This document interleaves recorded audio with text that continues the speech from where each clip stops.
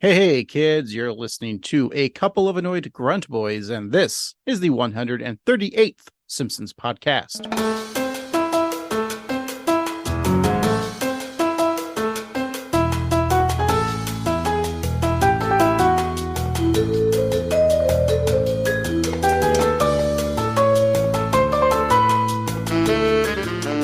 That's right, we're the Simpsons podcast that discusses the beloved animated sitcom The Simpsons from seasons 11 and beyond and at random. Why 11 and beyond and at random, you ask? Well, you see, the entity known as the Wheel of Random cursed us to only watch those episodes because there's plenty of other podcasts out there that discuss those golden age of The Simpsons, that being seasons 1 through 10. And the Wheel of Random said, hey, you know what? Let's find if there's a couple of schmucks out there that can review 11 and beyond and the newer seasons when they air. And that's us. And when I mean us, I mean I'm annoyed grunt boy Craig, and with me is annoyed grunt boy Steve. Steve, how are we doing this fine summer's eve? Feeling like a douche. No, I'm doing well. Steve, we're in the dog days of summer here. You know, in August when we were kids, there wasn't a lot of new TV. It was always reruns. We were watching reruns of Simpsons, you know. Mm-hmm. But now TV's like, hey, it's August. Yeah, let's still put out new TV shows, even in July. What's going on with this, you know? But we never could get a break from TV, and I've been watching a couple shows. Have you checked out True TV's? Hold on. They have other shows besides Impractical Jokers. What? Yeah. 101 Places to Go Before You Die. Yes. Starring has the host, actor, comedian Adam Pally, and actor, comedian, podcaster John Gabris. Yes. So what they do is, if you haven't watched the show, they just go around to a different city each week. It's only half an hour, and all they do is like pretty much get drunk or high and then eat food, and that's about it. Yeah. And this week they were in Portland. Well, not this week, but the episode that aired was Portland. Yes. And did you watch that? I did watch that. I'm a big fan of the show. It feels like if I were to have a travel show, it's basically what I would want. And so, yeah, I thought it was cool that they went to Portland, Oregon. I thought the episode that they did in Portland was really well done, because anytime I've ever watched, and this is probably the same for anybody out there that has, you know, the city that you live in, there's a travel show that goes to their city. They do the same three things that tourists do. And in Portland, I was like worried when they came, like they were only going to go to Pal's Books, Voodoo Donuts, and then maybe like Mary's Strip Club or something, like, because we're known for like the strip clubs in Portland. We have so many strip clubs. We're known for the Pal's Books, and we're known for having Voodoo Donuts, which is a subpar donut place. And we've talked about before. Right. Pal's Books, yes, is incredible and cool. And if you do come to Portland, that's definitely, you do need to go to Pal's. But I think as Portlandites, we're kind of tired of seeing that on TV, because it's like us growing up and just as adults, like, yeah, like that was just so common to us. We probably thought that Pal's Books was a thing in every city. I know. I think it'd be weird if I were to move out of Portland, because I'm so accustomed to having Powell's here. Yeah. But you're right about Voodoo Donuts. Like, it's funny when I talk to tourists and they think that we all as a city are really passionate about donuts. Just because aside from Voodoo, we have Coco and we have Blue Star and we have all these donuts places. And I don't know, maybe it's just me, but like I like donuts maybe every 3 months. Yeah. And I'll have like 3 and I'll feel gross, and then I just don't want them anymore. And it's also like Woody Allen said about pizza, is the same thing about donuts. They're only good if you adopt them and then you fuck them. No, but any majority of donuts, like even if they're bad, they're good. Like your local Safeway apple fritter is just as good as some artisanal or artisanal donut store. But going back to what I'm saying about the show, 101 Places to Visit Before You Die, they did a good job of showing Portland and things that even as myself and Steve could attest to, like places that we didn't really even consider, even know about. Like they show us like a cool place where they grow, or just the process of selling legal marijuana. Like that was neat. They go to a tattoo parlor, which Steve and I, of course, don't have tattoos because we want to be buried in the Jewish cemetery. Of course. You know, then going to like a bar that I'm like, wait, this is not like, if they were to go to like a dive bar, I would expect them to go to like Yam Hill, but they went to a bar that I don't even know about, because it's probably a place that I would have never gone to. So the Real Men Cafe, or the Real Men Saloon where they went, the dive bar, does make some of the best fried chicken in Portland. Okay, so yeah, I know that. But it is very much like an authentic hole in the wall. Like, so we know my last name is Lutz. And if you don't, that it is, and who cares? But there's Steve, you know what? that's your stage name. That's if right. you really want to admit your real name later in this podcast, we can. And maybe I don't think I will, but if I do let it slip, then that's fine. I think it's gonna happen. I'm very protective about it, but all right. But there's a tavern here in Portland called the Lutz Tavern, and I used to go there, I'd show my ID, and I'd get like a free Pabst or free cheap beer. And it was kind of cool because it was a dive bar. But then I hadn't gone in a few years, and I came back, and it was like the TV imagining of a dive bar. So like they had like a lot of bullshit on the walls and like a lot of wood paneling, but it's all really new. Gross. There was like manure on the walls. Why would you go there? I don't know. It was really stinky too. I bet. It said Homer's Rules on it. But no, like they fancied it up, and so they lost some of the dank. And without the dank, what do you got? Dunk. Exactly. It became a basketball themed bar. But no, it seemed fake, hole in the wall, fake divey, and it just didn't have the same feel. So I'm glad that they went to an actual dive bar. All right. Well, hey, look at me, the ignorant one of. I mean, I don't, guys. You know, now I don't actually live in Portland. Also, neither of us ever go out. Yeah, I was hoping they went to Pal's Books, but yeah, I've been there. Yeah, 20 years ago. I ordered from them something from there online. And there's a Voodoo Donuts in my town where I live now. Yeah, I think Voodoo Donuts is in like Texas, isn't it? Yeah. All right. Well, but I'm glad they went and got drunk at a bar, which is something I used to do, but I don't because I had to stay at home and drink. Speaking of drinking, it's time for our favorite segment, the Simpsons Beer Corner.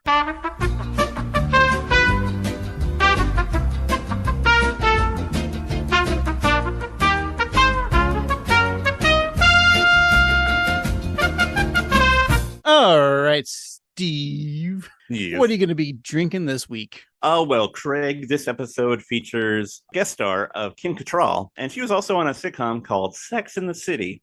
And, you know, a lot of people talk about the four women, but they say that New York was like a fifth character. And when I think of New York, I think about getting a hot dog on the street. And, you know, some people have some very strong thoughts about what can and cannot go on a hot dog. And so I have That's What Happens When You Put Ketchup on a Hot Dog, a collaboration between Short Throw Brewing Company and, I'm going to say this carefully, Hoof Hearted Brewing. That's Hoof Hearted. We've had them before. And this is a Goza style ale with raspberry, passion fruit, lime, coriander, and Pinot Noir salt. And the can is, I would say, not kid friendly because it features the drawing of a naked man skiing down a hill covered in what appears to be either ketchup or blood across his chest. And you can't see any hog, but he is clearly naked. Well, it's like much like Homer in this episode. Well, he's going to be walking on stilts naked. Yeah. And that's kid friendly because Lisa walks by him. That's true. So I guess it is kid friendly.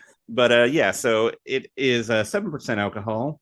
And they recommend you drink it at 46 degrees Fahrenheit. And it does have a lovely pink color. It's a little thick and looks juicy. Smells of raspberry. This raspberry's really That's what she said. Oh.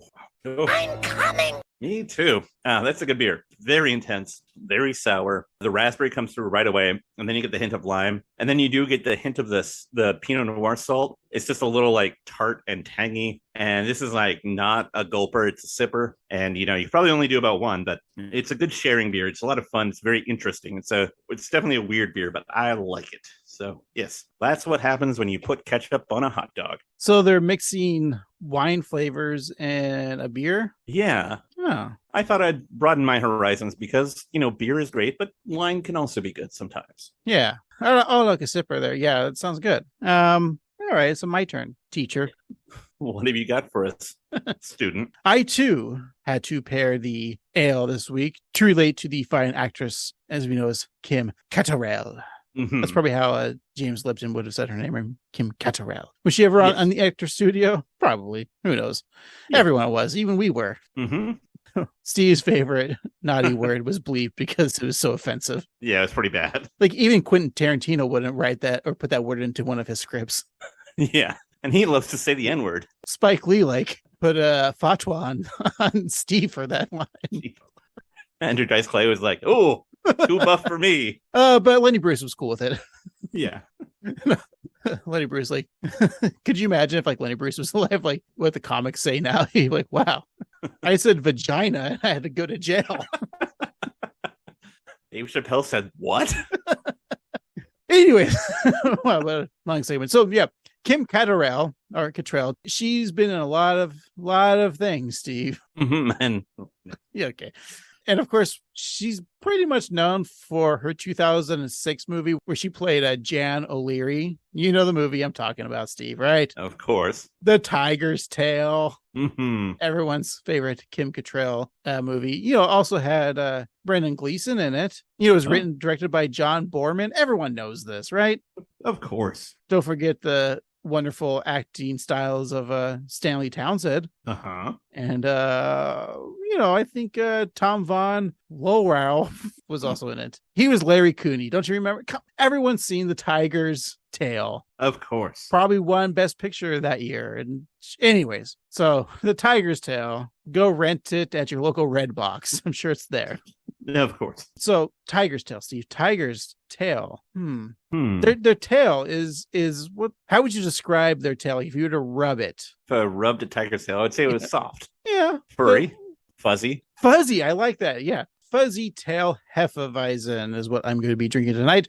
It is from Sun River Brewing, of course, out of Sun River, Oregon.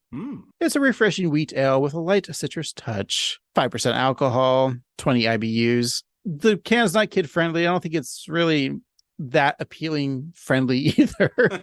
It's just a like goldish can, yellow, like a beer, with black font, the Sun River Brewing logo, which is a circle with a river that kind of is supposed to look like an S, I think. But they're like, it's getting too close to maybe like the Safeway logo, so maybe we should probably hold off. If they just would have like taken that part of the river and put it up there, then it would have been S. But I'm not talking about the graphic design. It also has like three feathers, fuzzy tail. Yeah, it's not kid friendly, and it's not. This sounds like it's not interesting. Yeah, but let's see if this Hefeweizen is interesting.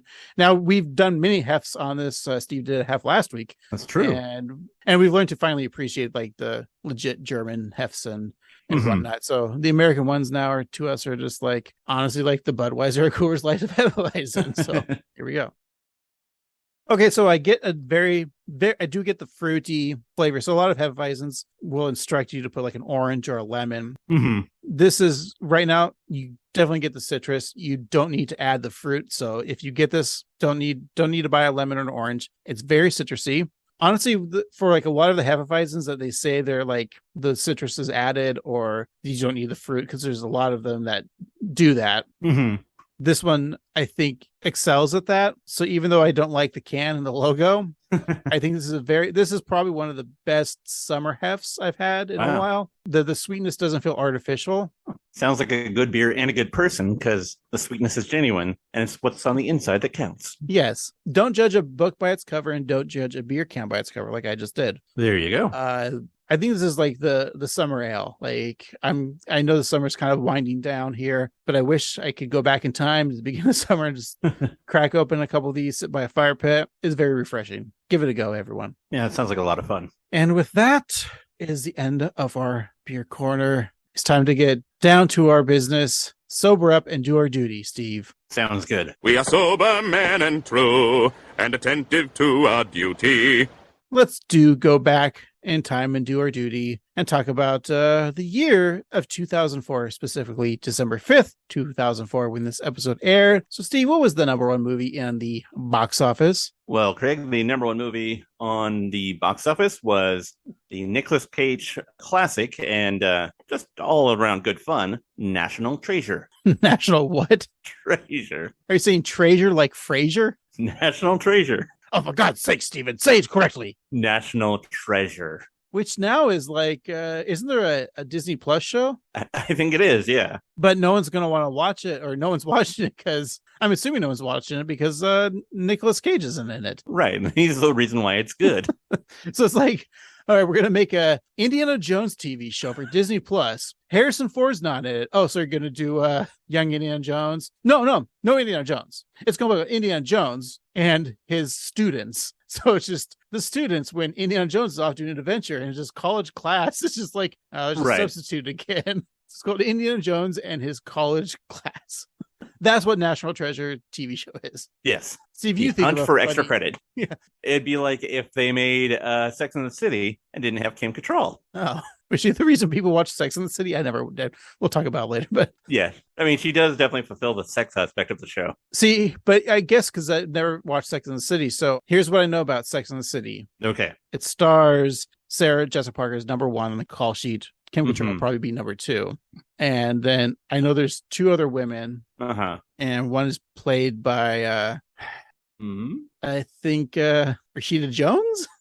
She one of the No. Felicia Rashad. No. So the funny thing about Sex and the City is even though it takes place in New York, there are no black people. Okay, well, sorry, you're right. Besides there's no black people. It's in the Friends-averse, right? Yeah. Okay. So number 3 on the call sheet would probably be New York City. Of course, yeah. Okay. It's in the title. I mean, Yeah. So Sarah Jessica Parker, Kim Cattrall, New York City, Mr. Big, which he's called that because of his enormous hog. right, of course. There's a redhead, right? Yeah. Catherine Tate. Was it Catherine Tate, England's Rose? Is that what she goes by? No. Yeah. Miranda. See, I think I might know the names. There's Miranda. Uh-huh. There's Wrights. Miranda Wrights. Yeah, that's her full name, Miranda Wrights. Uh-huh. Oh, I think you're saying that was her job. No, because I know that Sarah Jessica Parker's name is Terry Bradshaw because they make fun of it. No, Carrie Bradshaw because they make fun of her name is close to Terry Bradshaw, and then one of her other friends named is Miranda Wrights. Her last name is Wrights, and so they meet. That's how they she's meet. a lawyer. Right? Yeah, because that's how they meet. Right? They're in a support group for comedic names. Name people. Yeah, so there's Terry Bradshaw, Miranda Wrights, Kim Cattrall's character is Samantha, right? Yeah. And her last name is Samantha Stevens, and everyone calls her a witch because that was the name of the Bewitched character, Samantha Stevens. Right. And then the next character, the fourth one is Samantha, Carrie, Brenda. Is it Brenda? No, it's not Brenda. Fallacious. Close. No. Steve, what was the other one's name? Their first name is Charlotte. Okay, so Charlotte, and her last name, of course, is Charlotte, South Carolina. Right. Because she gets made fun of because Charlotte's in North Carolina. Of course. I know my geography, kids. Yeah. And you were clearly well acquainted with the Sex and the City TV show. Now tell me, which one does machines? Pretty sure that's so there's Mr. Big. Mm-hmm. Was there Mr. Right and Mr. Left? Yeah. Like Mr. Right, his testicles hang lower on his right side than Mr. Left. His testicles hang lower on his left side. That's how that's how to describe all the men they sleep with is by their penis, right? That's right. Because there's Mr. Big, Mr. Left, Mr. Right, Mr. Green, Mr. White, Mr. Black. The Simpsons. We were once the Simpsons podcast. Were we talking about National Treasure? Yeah, so we were watching National Treasure and thinking about Sex and the City. What were we listening to on our iPods? Well, Steve, we all know we were ushering in a new era of Keys. That's right. It's My Boo by Usher and Alicia Keys. Scary. It's the response song to Ray Parker Jr.'s Ghostbusters song. Yeah. There's always that one person that will always have your heart. You never see it coming cause you're blinded from the start. Know that you're the one for me. It's clear for everyone to see. Oh baby, you will always be mine. I don't know about y'all, but I know about us. And it's the only way we know how to rock. I don't know about y'all, but I know about us. And it's the only way we know how to rock. Do you remember, girl? I was the one who gave you your first kiss. Cause I remember, girl, I was the one who said put your lips like this. All right, we're going to stop it there. Yeah. This is Kids Bop 7, and they're talking about Kissing a Girl. Okay. Yeah. This is Jared from Subway's favorite Kids Bop. Didn't I say about every Kids Bop about Jared Subway? Yeah. Probably. It does sound like it was like written for a Lin-Manuel Miranda musical. I think that was Lynn. Like this is before He got really famous. Yeah, He just does kids bop songs. I can see that. He was on a remake of PBS's Electric Company around this time, so he is familiar with making children's programming. That's an SNL bit, right? Like it's a passionate singer like who's really good at their craft, and like the only studio gig they could get is they have to do the kids bop version of like popular songs, but of course it's SNL, so it's all like what's that vagina WAP. song? Yeah, WAP. The vagina song. WAP. It's like I went to Juilliard. I love that wet ass pussy. But yeah, I'm glad we play the kids bop because it's the worst and it's gross and Yeah, our listeners hate it. and it's a probably lot like- of fun for us. All right, well, listen up. We're going to talk about The Simpsons finally. All right. And we're in the year 2004. So, Steve, let's talk about what happens. It's the episode called She Used to Be My Girl. And in this episode, Marge meets up with former high school pal, voiced by, guess what, Kim Cattrall. Oh, Yeah. How about her? Yeah, she's famous now. She's a famous anchor. No, she's not. She's not on a boat that sinks to the bottom to keep that boat in place. A news anchor. Oh, But Marge wonders if she made the right choice in life because of Marge's friend. So, yeah, let's watch that. We'll drink our beers and we'll come back and discuss She Used to Be My Girl. So take her away, boys. we'll be right back. I was the one who gave you your first kiss. 'Cause I remember, girl, I was the one who said, put your lips like this. And we're back. Today we're talking about She Used to Be My Girl, the 4th episode of the 16th season. It originally aired on December 5th, 2004. It is episode 339 in the show's run. Your nerd code is FAB F22. It was written by Tim Long, directed by Matthew Nastuk, and your showrunner is Al Jean. Man, we're away from Tim Long for 1 week and then he just pulls us back in. Can't get enough of that Long. If you guys listen to it as the podcast airs, well, just a mere 2 podcasts ago, we did Todd White House, Thou Forsaken Me. Mm-hmm. So I feel like we talked enough about Tim Long a couple weeks ago. We did a deep dive, so It's probably all still in your mind. You've been standing around the water cooler at your Mhm. place of business, just talking about Tim Long because of us for about 2 weeks. yeah. And you don't want to talk about Tim Long again at the water cooler. So you want to talk about, I don't know, Game of Thrones. Yeah, it's back to Game of Thrones time, right? That's right. So I have to pretend like I care Yeah. and be like, dragons, incest, and boobs. I like one of those things. Yeah. You could Can't also, figure I out which mean, one. you could also be talking about sports at the water cooler. I mean, like football season's probably starting soon, right? Hey, see- Again, yeah. dragons and incest and Yeah. boobs. What do you think of the offensive line this season? Oh man, I've never been so offended in all my life. But they got a good running game. Yeah, they do. They understand the fundamentals, and I think in the long game, they've got the yardage to get to first down and get those field goals. I'm just worried about the injuries this season. Some of those guys. Those, can be real bad with the HDTV and the CRT and the And I'm not too, CRT. what about their special teams? I mean, I think it's very open-minded of them. All right, enough sports talk, Steve. Alrighty. Let's just get on with this week's episode of The Simpsons. We've got a chalkboard gag that says poking a dead raccoon is not research. So, Mrs. Krabappel has an assignment for the kids that she would like the students to observe nature, wildlife maybe, and then Yeah. write a paper on it. And Mhm. so Bart's paper was just, I saw a dead raccoon on the side of the street, and so I poked it with a stick numerous times until its guts and blood started gushing out.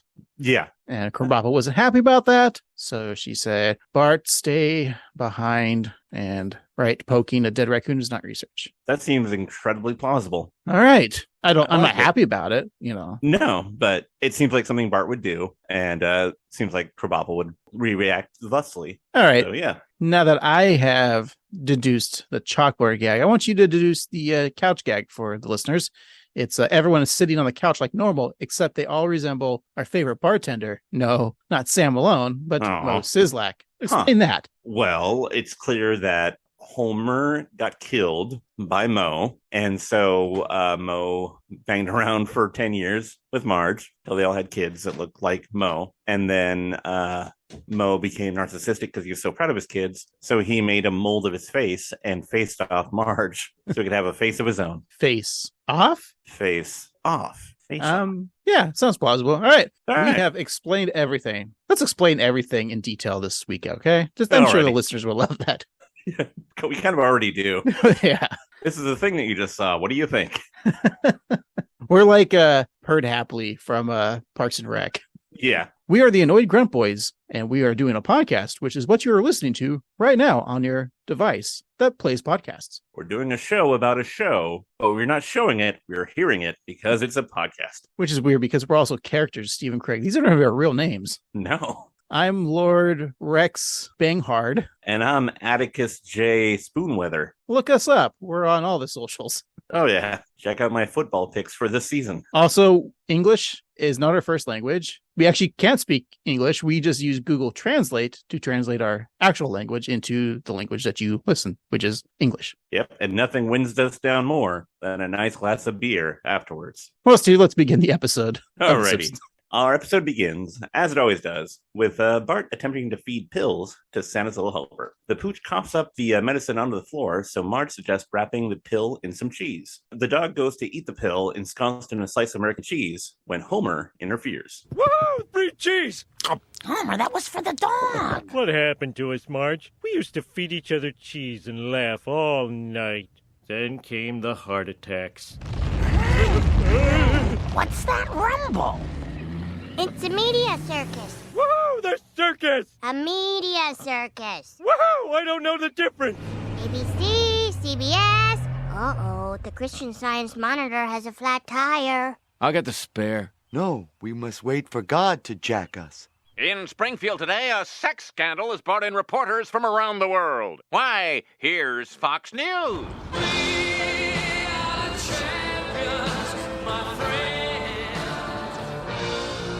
The cause of all this commotion is mayor and suspected illegal immigrant Joe Quimby, named today in paternity suits by 27 different women. So Quimby's illegal. Yeah. Where's he from? I don't know. Maybe from some island off of Boston. Maybe he is from Massachusetts, but it's illegal to be from Massachusetts to live in Springfield. Yeah, that's possible. Did you used to eat cheeses with your wife before the heart attacks every night? I mean, we're still kind of in the mid before phase, so it's still a lot of cheese together. But I'm sure the heart attacks will come very soon. Man, what happens when one of us has a heart attack? Oh boy, Who's going to co-host the podcast? I don't know. Speaking of, there was a scale in the living room, and I got on it, and it was on a rug. And so I got on it, and I was like, oh, wow, I lost a lot of weight. And then I put it on the hardwood floor, and it's like, oh, that's a much more accurate and depressing result. Was it? And yeah. Was your weight air? No, it weighed a lot more than air. Yeah, I'm the biggest I have been my whole life right now. So yeah, I'm after Labor Day. I think I'm gonna start losing some weight, Steve. Yeah, I think I might have to do the same. I'm gonna go on the all cocaine diet. I think. We're Trendy Dick. Andy Dick, you are what your last name is. Yes, that's true.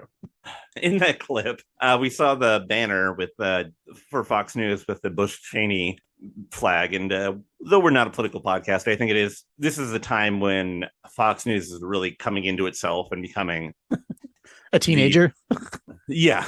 Well, the knowledge of a teenager, just dumb, simple-minded political beliefs. It's getting its political pubes. Yes. But now I think they've noticed that, well, they still get ratings for the lunacy that their correspondents spew over the airwaves. Oh, yeah. In fact, I think that's kind of why they do spew such ridiculous things, because they can say that Biden is a wolf dressed as a canary, dressed as a old man who is secretly a pedophile. And wait, he's not?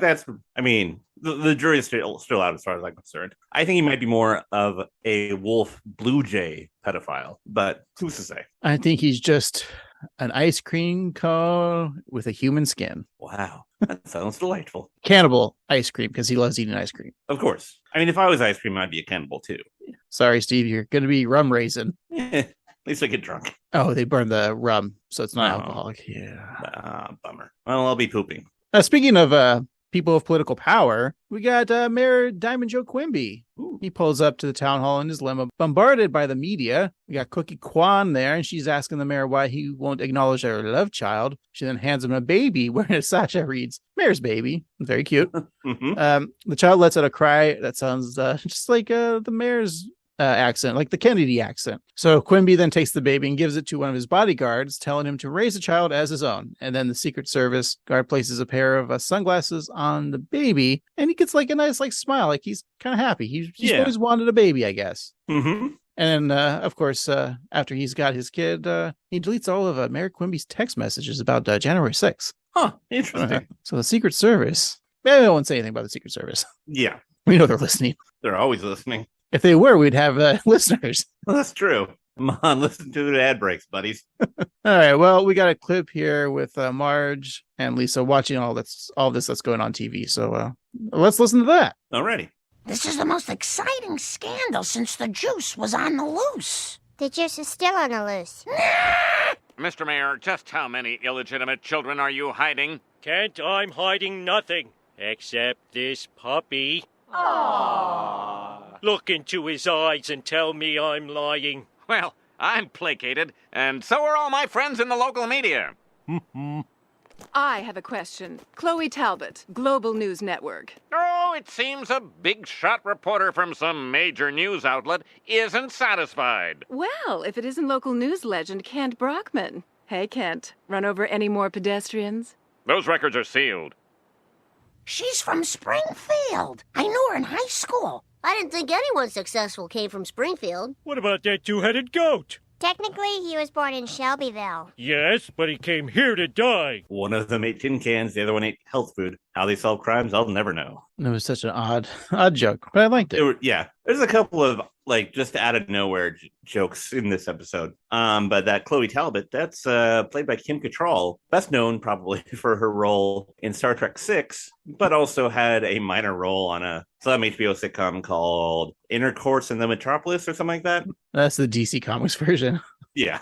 You're talking about Kim Cattrall in Star Trek 6. I know her mostly from Police Academy 1. Oh, right. Yes. And was she in Porky's? I think she was in Porky's. Yeah. Yeah. But anyways, here's a fun, as being a Star Trek nerd. Legend has it that Kim Cattrall did a nude photo shoot on the bridge of the Enterprise set. Wow. She only had her Vulcan ears in because she played a Vulcan. Mm-hmm. And so apparently she did a whole photo set. And then Leonard Nimoy, who played, of course, Spock, or maybe you guys know Leonard Nimoy as the director of Three Men and a Little Baby. Oh, him. A Three Men and a Baby. I don't think he did Three Men and a Little Lady. He might have. I don't know. I don't think he did. Maybe DeForest Kelly directed that one. But apparently he had all the photos destroyed and all the negatives destroyed because it was unauthorized. And he was afraid that if those photos ever came to light, that it would harm the franchise. Wow.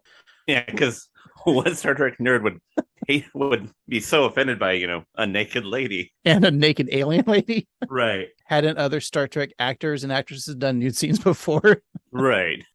Kim Cattrall's been naked a lot. Kind of her whole deal on Sex and the City is she likes sex. Wasn't Kim, like I'm saying, like Kim Cattrall, like didn't she do? I don't know. It's been like 20 years since I seen Porky's. I don't know if she was one of the actors that showed boobs or whatever, but I feel like she probably did. I don't know. Porky's is one of those movies that can you watch it now, or is it so problematic? Or I would imagine that, like, because I remember I watched Revenge of the Nerds not too long, a couple years ago, and yeah, that does not. What are you talking about? You text me like I'm watching Revenge of the Nerds for the 15th time this week.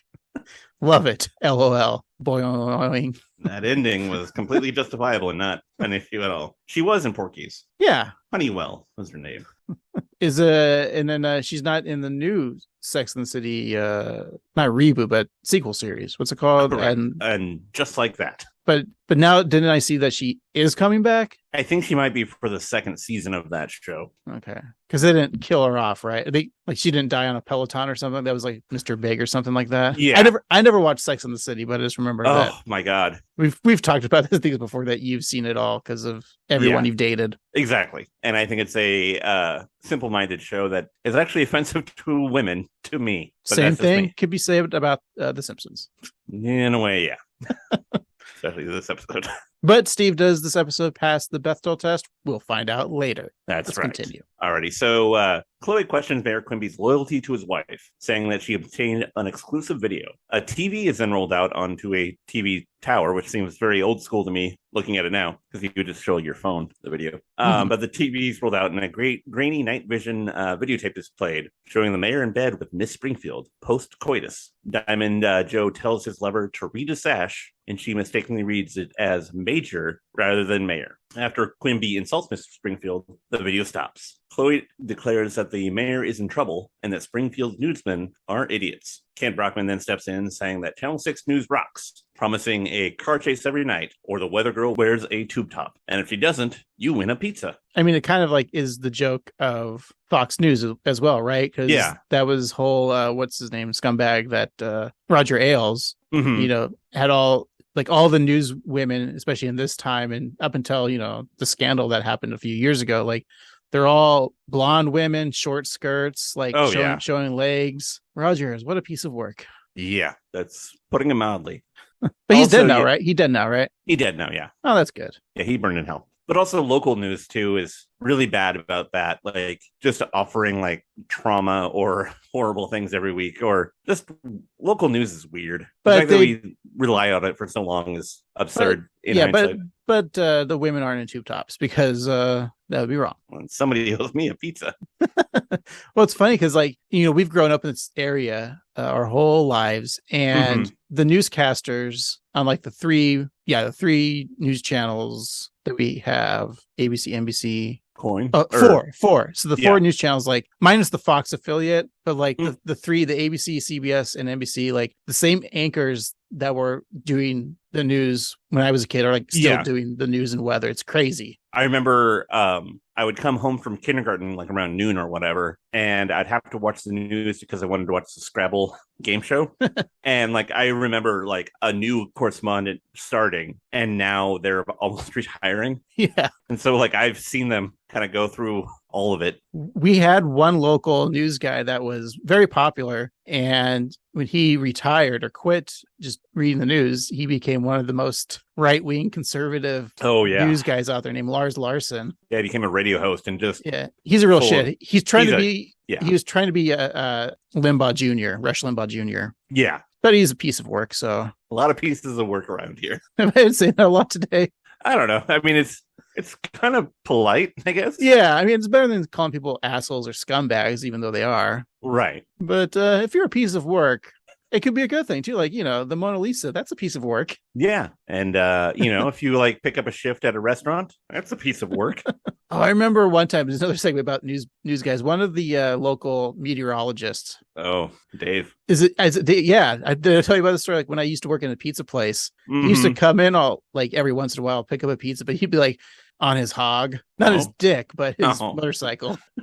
And dude was fucking tall. He's 6'5" or something. Wow. And I just remember one of the employees was that's the guy out of the meteorologist news. And are you seriously going to make a fuss of a local meteorologist? I'm don't go embarrass yourself, please. Yeah. This isn't Estelle Getty walking in, ordering a pizza. Right. It's no Marshall Warfield coming into the place. Then you could be ecstatic for that. Of course. Actually, I would be pretty excited about either of those. Yeah. Well, one is Estelle Getty because she's dead. Yeah, you're thinking a ghost. And Marshall Warfield, I feel bad that she's not in the Night Court reboot. I mean, that we know of. Right. Maybe she makes a cameo. That's going to be if Steve and I ever do I Have Springfield, we've made a promise about doing Futurama new season, right? Doing the first episode. And let's make a promise that we're going to do the first episode of the Night Court reboot. Absolutely. I'm down for that. Which I believe won't be coming till early 2023. So I think it's going to be a mid-season NBC show after they cancel whatever they're going to cancel on NBC this fall. Right. Better not be Quantum Leap. I'm telling you, that's my favorite non-Simpsons show. There's a new Quantum Leap? Yeah, it's coming out this fall, Steve. Oh, boy.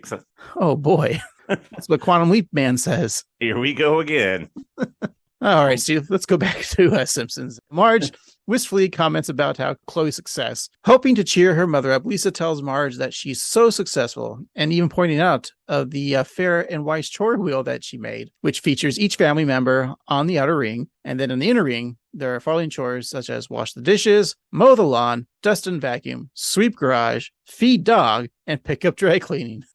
So that means like feed the dog is like part of the chores. Like what if they never land on feed the dog? Like Santa's little helper is just going to die. Yeah. What about the cat, Snowball 2? Who's going to feed her or him? Yeah. What piece of work is going to feed that pussy? Anyway, so Lisa gives the wheel a spin and it lands on Maggie, which is just really funny that Maggie would be on the list. Yeah. And it's pick up dry cleaning. And then we see Maggie walk by struggling to stay upright as she lugs 2 garments on hangers wrapped in plastic. This might be like my favorite visual joke of the episode. It's pretty good, yeah. Just the fact that Maggie has to go. I just like the idea of like her getting on a bus because she's a baby. She can't drive. Of course, yeah. And this is before Uber. Right. And she doesn't have money for a taxi. So she's probably got like a bus pass. Yeah. Toddler, but baby's probably ride free on the bus. Yeah, I think like under 5 probably rides for free. There so, you go. yeah. So she's on the bus, knows the stop, gets off, crawls, opens the door, and hands the employee the ticket. Right. They just like throw it on her. You know when they do like how they're putting these Maggie adventures on Disney Plus? Hey, Al Jean out there, you're listening. I know you are. Scully, make this a Maggie adventure. Oh, yeah. Maggie picks up the dry cleaning. It could be like a Baby's Day Out style adventure. Yeah. That'd be a lot of fun. And then like they should do this with like all the Maggie shorts. So, like this Maggie short takes place during this episode of The Simpsons. So they're also like cross program, like, hey, also watch this episode. I like it's like a little prequel thing. It's like they just put those baby or I Am Groots on Disney Plus, like I Am Maggie's.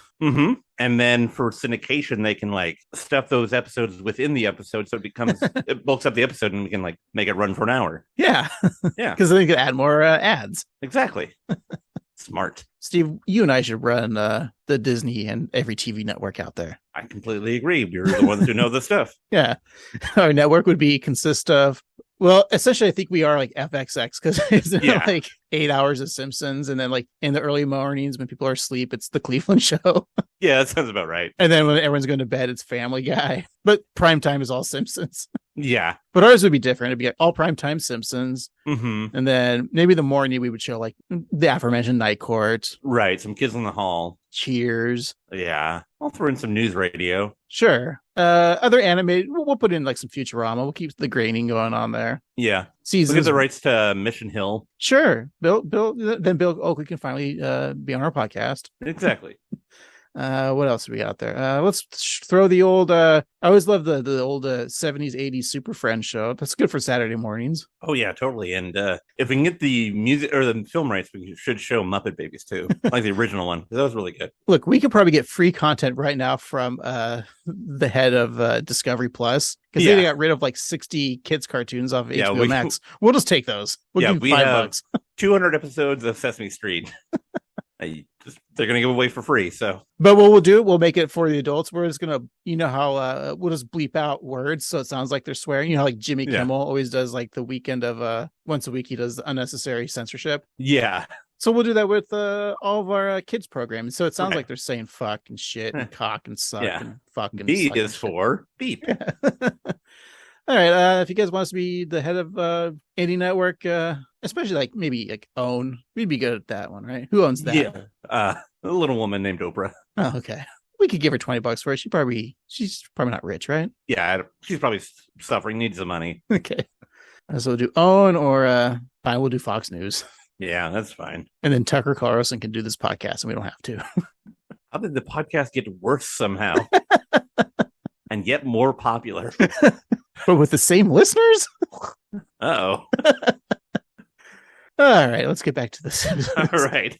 Bart and Homer walk into the living room laughing, saying that they have a plan to profit off of Quimby's paternity lawsuit. So imitating Quimby, Bart claims that that the mayor is his father, and then he asks for $1 million. Homer eagerly awaits approval, but all Marge can do is offer a defeated sigh. Now I want to see that episode. So outside the mayor's office, several pregnant women are protesting, chanting, "Diamond Joe's got to go." Some signs being held up to say, "Mayor McSleaze, say yes to sperm limits." and Quimby, you pay now. Then Chloe Talbot stops Quimby asking for one question. So Chloe writes down her question, and Joe immediately eats the paper, and Steve vomits. Yep, it's gross. Don't eat paper. Yeah, if you're a listener of this podcast, Steve has this weird how was it weird? Gross reflex to like people putting paper products in their mouth, like paper or toilet paper or even cotton candy. It's all disgusting. It's so gross. What about foil? What if I just put foil in my mouth and start biting on it? That's painful, but not as gross. Okay. It's weird. Like, I understand like that hurts because like it's supposed to have feelings, but that doesn't gross me out. But if you put paper in your mouth, awful. All right. Well, as Quimby does that, he says checkmate. And then we have a clip here with Chloe recognizing a familiar face. Marge? Marge Simpson? Chloe! Hi! Marge! Oh, where are you living now? Evergreen Terrace. Paris! Just like you always dreamed. Terrace. Evergreen Terrace. The street that smells like pee. This is my daughter, Lisa.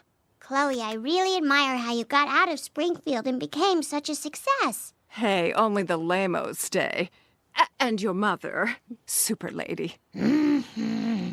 Well, it is good to see you, Chloe. Would you like to come over for dinner tomorrow? Oh, I'd love to. I'm getting so sick of these greasy catered meals. You insult me, you insult Italy. Which is shaped like a boot. Who knew? So now it's established that Evergreen Terrace is the part of town that smells like pee. Yep, it's a street that smells like pee. I wonder who's responsible for that. I think we know. Maggie. Well, she's picking up dry cleaning. She's peeing all over the place. Like a trail so we can find her way back. Like Hansel and Gretel, but with urine. So they do have that dinner. And so the next evening, Homer is reading the latest issue of Men's Fatness magazine, getting tips on how to get bad abs in 6 weeks. And Homer, if you need some help, I can show you. Hey, it looks like who's the guy that's the parody of Rush Limbaugh in the Simpsons universe? On the cover. Oh, yeah. Bill Burr. Yeah, Bill Burr Baggins. Birch Barlow. Yeah. There it is. The doorbell rings and Homer answers to find Chloe at the door. He shyly and cutely comments that he saw her on the television, which I thought was fun. Yeah.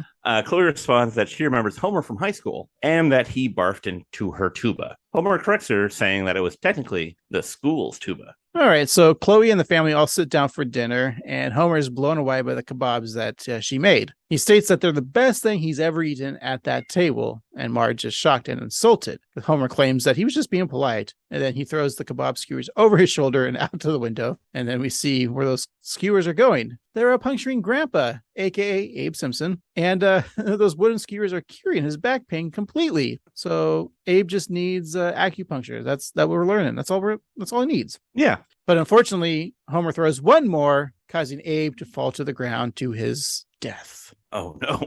I'm assuming he's dead now. Probably. Anyways, inside, Chloe and Marge compare their interesting lives in this clip we have, specially catered just for you. Oh, boy. I got the recipe for these in Istanbul. More? I was writing a story for Harper's Magazine. Harper's Magazine? I have a picture of Louis Lapham on my binder. Oh, but I've been yapping about myself all night. Marge, what's exciting in your life lately? Well, we finally found out why the dog was scooting around on his butt all day. Turns out he had an impacted anal gland. The excitement never stops. Chloe, would you like to see slides of our trip to Athens, Boulevard Recreational Center? I'd love to. Oh, my show's on. Mind if we watch a little? I guess. Begin that clip there. Where did she get the recipe from, Steve? Istanbul. I don't know by that name, Steve. Is there another name? Constantinople. Istanbul was Constantinople, now it's Istanbul, not Constantinople, been a long time gone. Constantinople, now it's Turkish delight on a moonlit night. Every gal in Constantinople lives in Istanbul, not Constantinople. So if you've a date in Constantinople, she'll be waiting in Istanbul. That's a fun song. It is a fun song. And it's also funny to me, like, every time I hear They Might Be Giants, which are a great band, and they have dozens of great albums, I'm always taken back by the fact that I was introduced to them because of Tiny Toon Adventures. Yeah, they did that song, and then Particle Man. They did a music video for that. Yeah. Yeah. Do you think when the Tiny Toons reboot comes out, they're going to have a music video with They Might Be Giants? I think that'd be a lot of fun. Yeah. I hope so. But did you hear the controversy with the new Tiny Toons? No, what is that? Babs Bunny and Buster Bunny, the two bunnies, are now brother and sister. Oh, that's weird. Because in the original, they weren't. No, and they kind of had some, I don't want to say sexual tension, but... For a kid's show, yeah. But I think they were meant to like bang each other in the future. Right. That's kind of always what I assumed. Now that's like they're Luke and Leia. You're like, oh, we saw those two kiss in a movie, and now you're telling me they're brother and sister? That's weird. When did George Lucas take over the duties of Tiny Toons? I mean, he's good friends with Spielberg. Maybe Spielberg's like, true. Hey, why don't you just do this show? That's my Spielberg. Yeah, I can see an episode that's like CGI heavy of the water going down the hole with Plucky Duck, but it costs like $45 million to make. And Jar Jar Binks is there for some reason. Also in that clip, I loved I love when Simpsons like do reference to things that no one knows about except for maybe the writers, and that was when Lisa has the lunchbox of Lapham, the editor of Harper's Magazine. Yeah, because even like we don't know who that is. No, and he was born in 1935, so even in 2004, he's an old man, literally a year older than my father. Oh, Steve says 1935, not 1735. Oh, okay. Yeah. Never mind that. Okay. And yeah, I like Marge's, do you want to see our clip or our trip to Athens? And then she goes on to say other things. That's that structure of joke always makes me laugh. Which they kind of like that first joke too of like, it's almost the same way where she thought she said Paris, but it was Evergreen Terrace in a way too, like misunderstood, but then yeah. Yeah. It's kind of the two jokes worked together. It was good. It was good, yeah. So the opening credits to the Talbot Report plays, featuring Chloe on an aircraft carrier giving a thumbs up sign while standing in front of a mission accomplished banner. Hey, Bush. We then see her standing in front of the White House and in space, connected to a NASA ship. This evening, she's interviewing Bob Dylan, and she asks the singer-songwriter what religion he's converting to next, and he replies with a series of mumbles and noises, finishing his rambling with Shalom. I did not like that joke. I feel like Bob Dylan jokes are kind of played out, just like the whole me. Like we've heard it before. That's just me though. Yeah, but who's doing Bob Dylan jokes? I mean, not now because it's dead, but even in 2004, like I just remember hearing a lot of people being like, me. Like it's like the only thing they do about him is he changes his religion often and he talks like that. Okay, let's get into the show. All right, so the news program continues. As Bob Dylan. The news program continues. Okay, no. With a feature about Chloe returning to her depressing little hometown of Springfield. She walks down the street saying hello to Ned Flanders, the comic book guy, and then is stunned to see that Krusty is still alive. Krusty the clown, that is. Krusty brags about all the supermarket openings he's attended lately, and then hangs his head in shame. So back at the living room of 742 Evergreen Terrace, Marge tells Chloe that some folks stayed in town to make Springfield a better place. Homer butts in, saying that the only reason they don't leave that dunghill is a court order ankle bracelet. He then shows off the BP monitor, claiming it's a conversation starter. Marge then rolls her eyes, embarrassed and ashamed. And then we get to our second act, and it begins, as it always does, with a clip from us, and also some problematic language. This is the dance the Chinese government makes dissidents perform before they shoot them. Ayengo, ayengo, ayengo. I don't know, I don't know, I don't know, I don't know. Homer, what are you doing? I swallowed a chicken bone. I don't know, I don't... Chloe, you've lived so many fascinating places. Yes, but down deep in my heart, I'll always be the girl who wanted to leave Springfield. Gee, with all that travel, you probably haven't had much time to find that special someone. Oh, I've had a few flings. Bill Clinton. Schwarzenegger. Oh, excuse me. But not all of us can be as lucky as you, Marge. Homer's a wonderful man. I don't know, I don't know. Did you just swallow another bone? Same one. Why we play that clip? I hated Homer's voice in that clip. That's why I played it, because I hated it. Okay, good.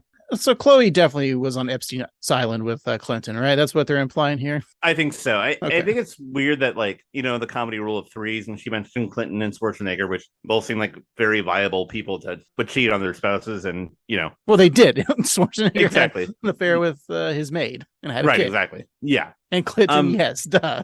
But it'd be funny if they had a third person that was not like either not attractive or not. So like Hanks. she could have said Tom like Hanks.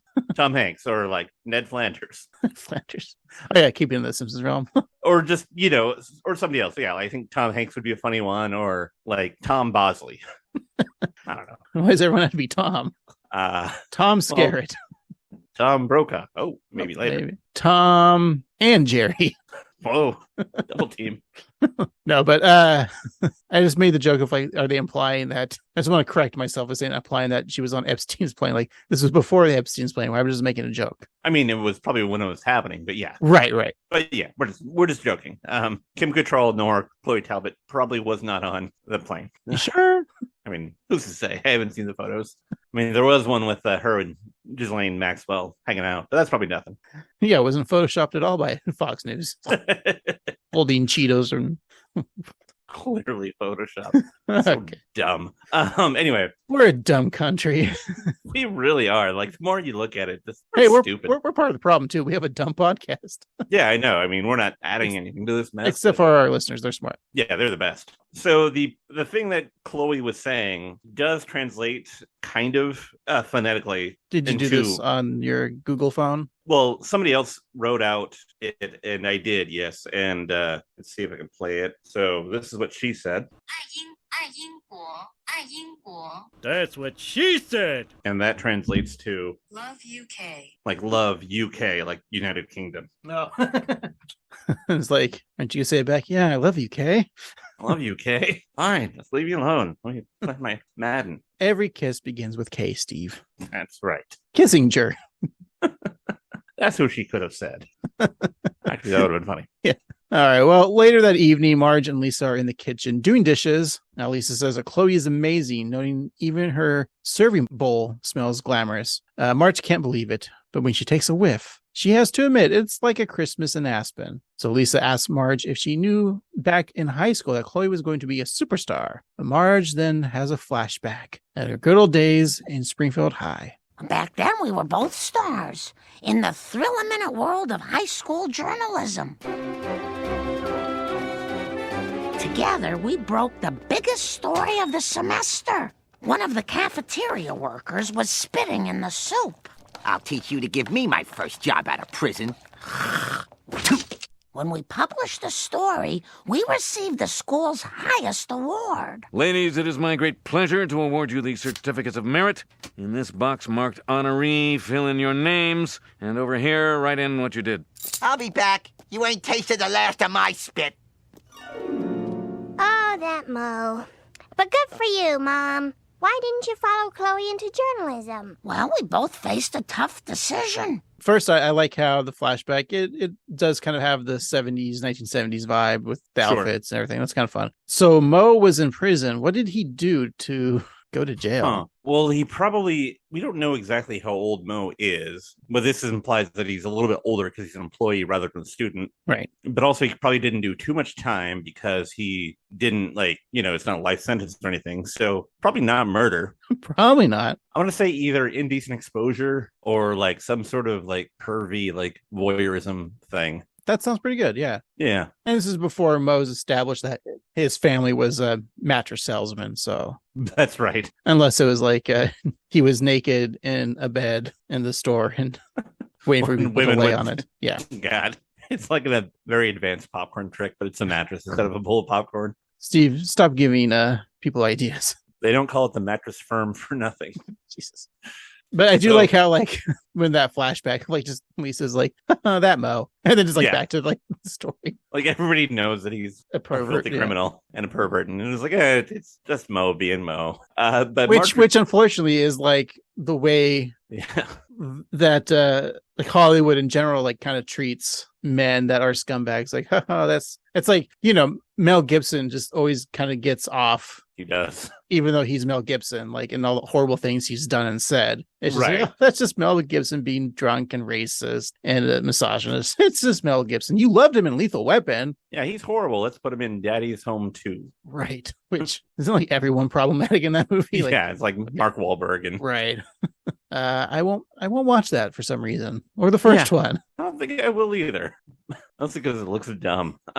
So Marge recalls the fork in the road she is faced with. Go to journalism school or stay with her sweetheart in Springfield. So her flashback continues with her making out with Homer underneath the bleachers. Homer begs Marge to stay with him, offering world travel and possibly even outer space travel.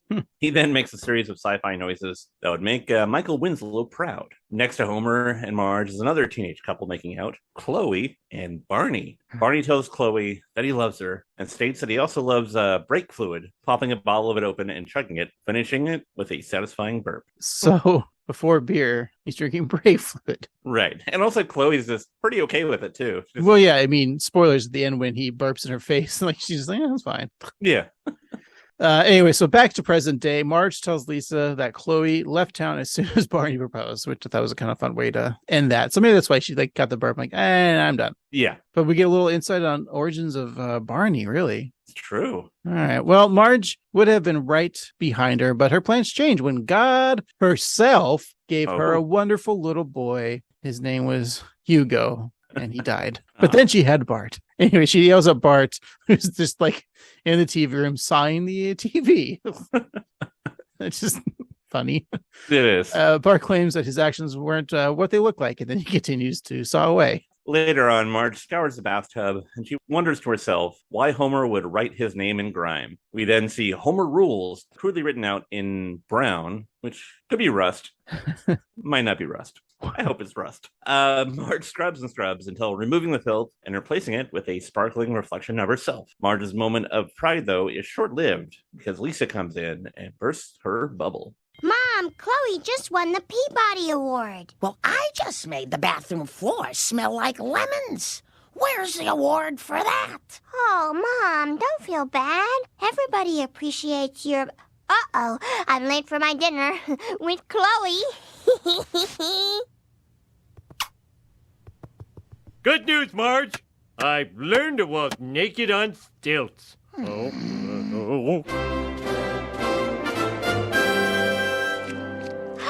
There's Dan Rather and Tom Brokaw hanging out with Kent Brockman. You want your mic back, local anchor? It's just in. I'm pissed off. Hi, fellas. Chloe, want to feel my muscle? Chloe has such an amazing life. I wonder what would have happened if I'd stuck with journalism. Oh, honey, her life can't compare to yours. You've got 3 kids, a TV tray from Expo 67, and you're married to King Stink. Hey, Steve, want to touch my muscle? Oh, Tom. So another instance of well, the Simpsons are very free with their bodies and to be naked around each other. It's just very weird that Lisa doesn't acknowledge the fact that her dad's completely naked walking on stilts and just walks out of the bathroom. That's true. All right, Dad, I can see your wang, but here we are. What's he do? Just walking around naked with stilts. Yeah. Hanging also, hog. The bathroom is usually upstairs, so I wonder if he walked up the stairs with the stilts, especially naked. Yeah, because you could fall and really hurt your testicles and your back, I suppose. Yeah. I thought it was a sweet moment when Lisa, just being Lisa, kissed Marge goodbye, even though she didn't need to, but just to be a sensitive person. I thought it was a nice touch. And we all love a nice touch. That's right. Yeah, crave it, need it, something, feel something. Anyways, Chloe may have a flashy job, but Homer tells Marge that she's the backbone of the family, comparing her to the electrical tape that holds the two halves of his car together. Marge appreciates Homer's sweet thought, and he responds that he hates seeing his wife so upset. Suddenly, he has a thought. A good name for Maggie would be Chloe.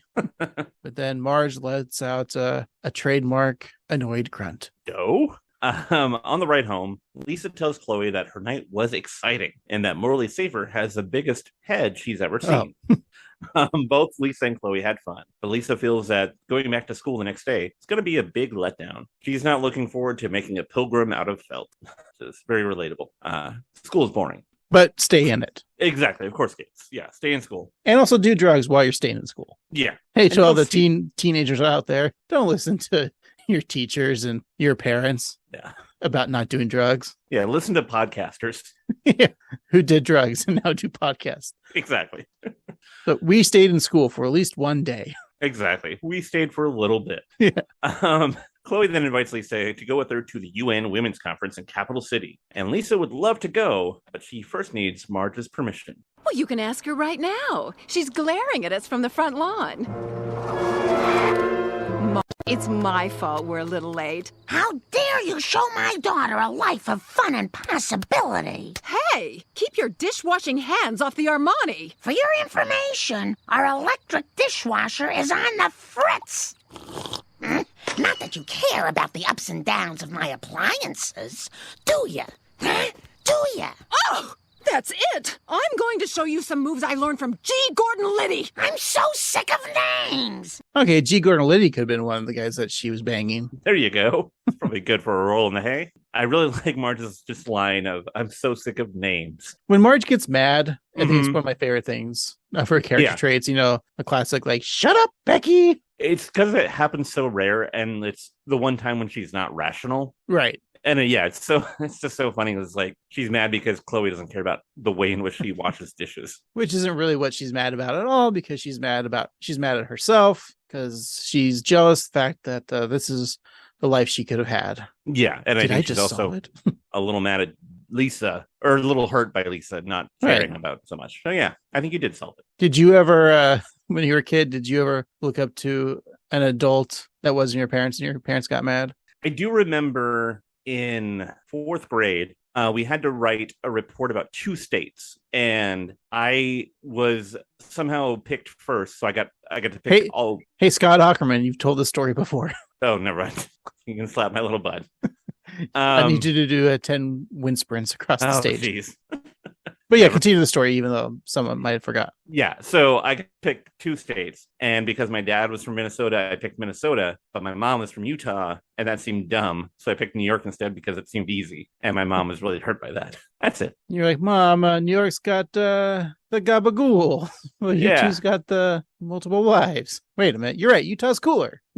Yeah, they cut holes in sheets and don't have much soda. Or they have a lot of soda, but no other coffee. No caffeine. No caffeine, there it is. And you can't get booze on Sunday. Right. But they do have a burgeoning brewery scene. They have a lot of brewery scenes, but the alcohol, they have, again, I'm not sure about, you would know if like alcohol, there's a certain limit of like alcohol content per. There isn't, but if you're buying it, you have to buy it at a brewery, and you can't drink it at the brewery. So you have to buy it with the place that they make it, but you can't drink it there. I think that's the rule. Okay, but also isn't the alcohol content lower? Like certain spirits, maybe in some beer, it's not as they have to brew a different batch for Utah, right? Because I know there's one brewery that makes a really good stout that is 11% or something, but they might not be able to sell it in Utah, but they make it there. It's weird. Yeah, I mean, no offense to our Utah listener or to Mormons, but Utah could be such a cool state if it wasn't for the Mormons. Yeah, it's full of natural beauty, and it's a beautiful state. Yeah, yeah. It's like Utah is your is your unopened Darth Vader action figure that's just on your wall. You want to open and play with it, but it's so pristine that you can't. That's a valid comparison. I don't know. I'm also from Utah, much like Darth Vader. I understand your analogy, right?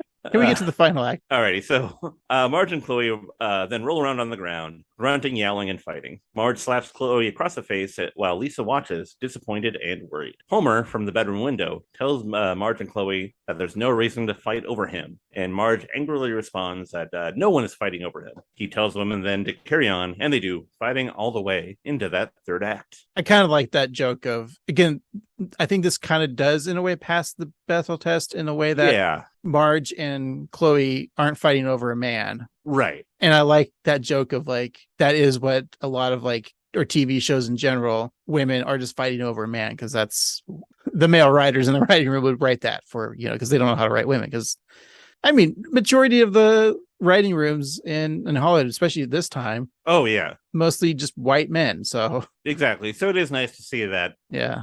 The dynamic between Lisa, Chloe, and Marge doesn't feature men. It's just about what accomplishments and life choices they made. So yeah, that is refreshing. So the final act, as you said, does begin, as it always does, with Marge in the bathroom looking at her massive black eye. Oh.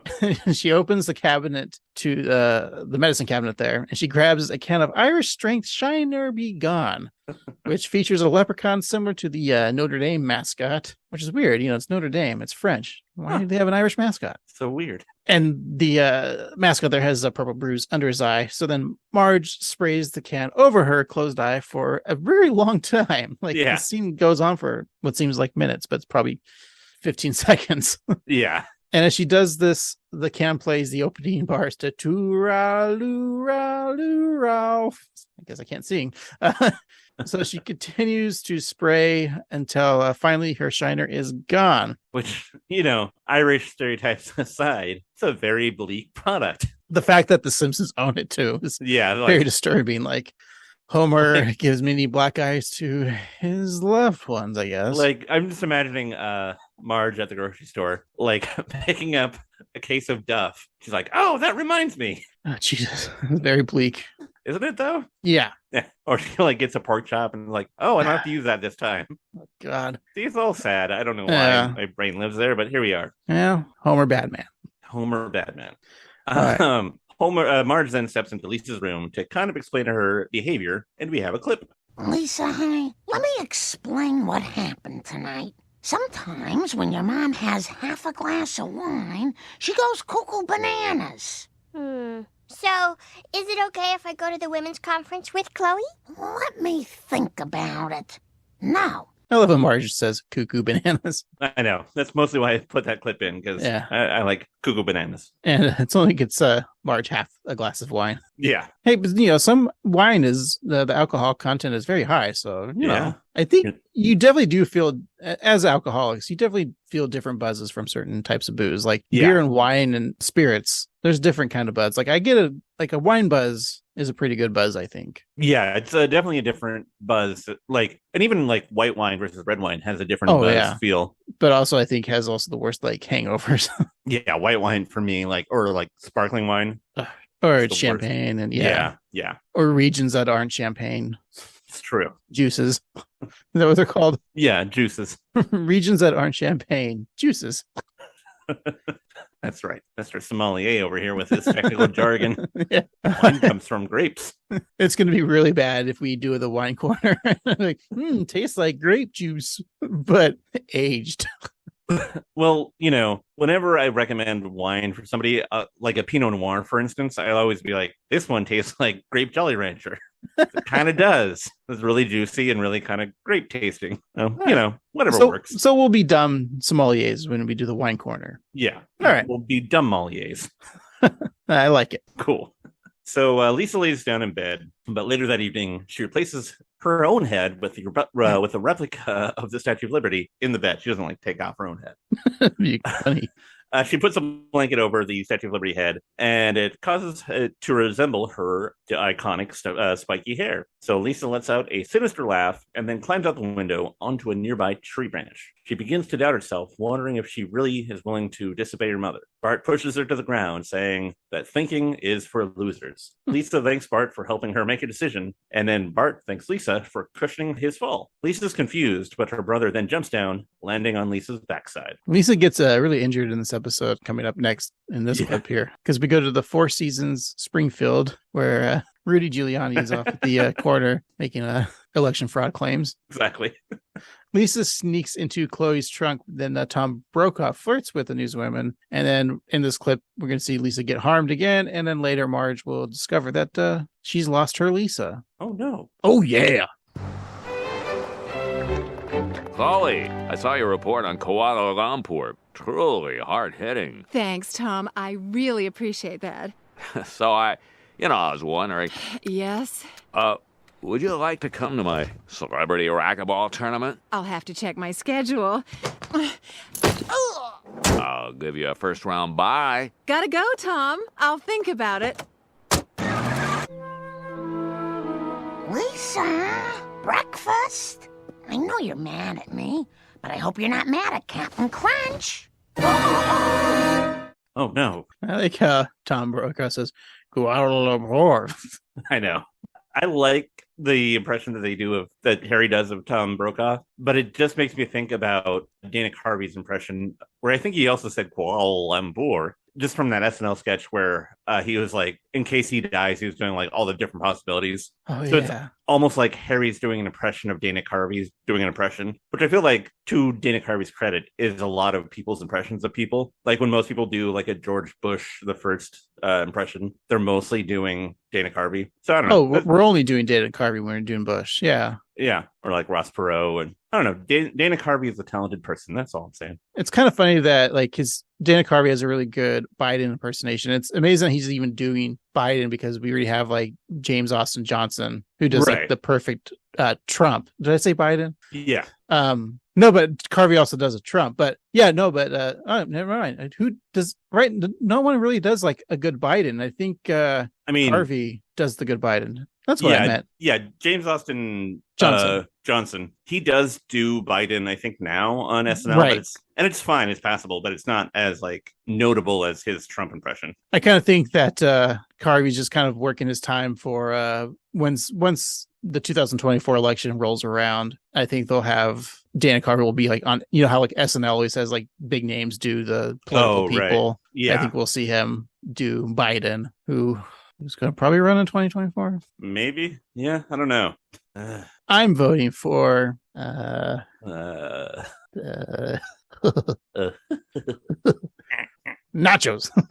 Nachos. Why are we talking about Beavis and Butthead? I don't know. This is always so good. 7. We could have promised doing an eye off of Springfield of the Beavis and Butthead, but we didn't because no, that was too soon. Yeah, but we do recommend it. It's very good. Every episode, I'm just like, it's a solid show. So Homer is choking Bart in the living room when Marge frantically tells them that they need to go get Lisa. Homer agrees and tells Bart to think about what he did while they're gone. Bart asks what it is that he did do, which causes Homer to think for a moment before yet again strangling Bart, promising to fix his wagon, which feels a little forced in because it wasn't really a part of the episode, but it's fine. And I think they were just like making the joke of like, oh, every Simpsons episode has to have Homer strangling Bart, so let's just put it in, even though there's no reason the joke here. Yeah, that's true. And I'll fix your wagon. We've heard that before. Mm-hmm. I wish I fixed wagons professionally because you got a slogan right there. I'll fix your wagon. How many wagons need to be fixed these days and age? They must be doing a good job. There you go. Well, I'm also an abacus repairman. So do you know if people's abacuses are broken? No. There. See, I could play this game too. Yeah, I mean, the good thing about that is business is multiplying. And it's really more adding, but whatever. What did I tell you about my elevator business? Let me guess. It's climbing the stairs of success? That's my escalator business. No, the elevator business is good too, but, it has its ups and downs. Yeah, I know. I get it. I was trying to be funny. Okay. Anyway. We must wait for God to jack us. So Chloe's on the road, 7 miles away from Capital City, when suddenly her cellular phone rings. Hello? Chloe, forget about the women's conference. I need you to get over to Mount Springfield. It's about to erupt. Don't we have a reporter who specializes in natural disasters? Yeah, he's busy covering Julia Roberts' last haircut.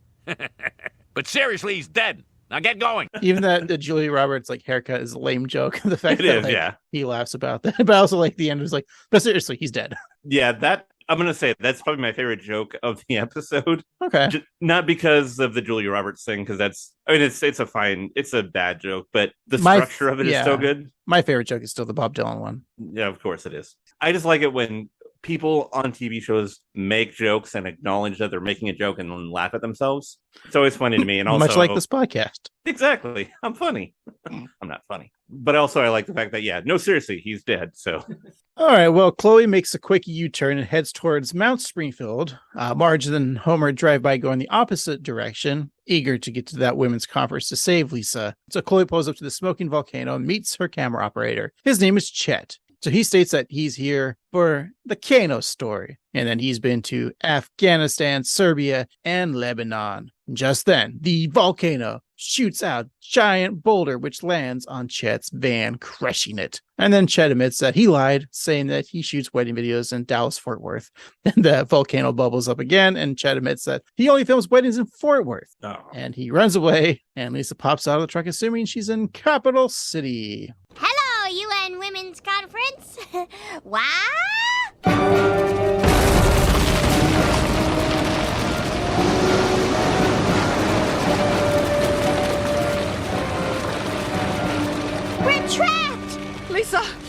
not make it, but at least we can go out as the great journalists we are.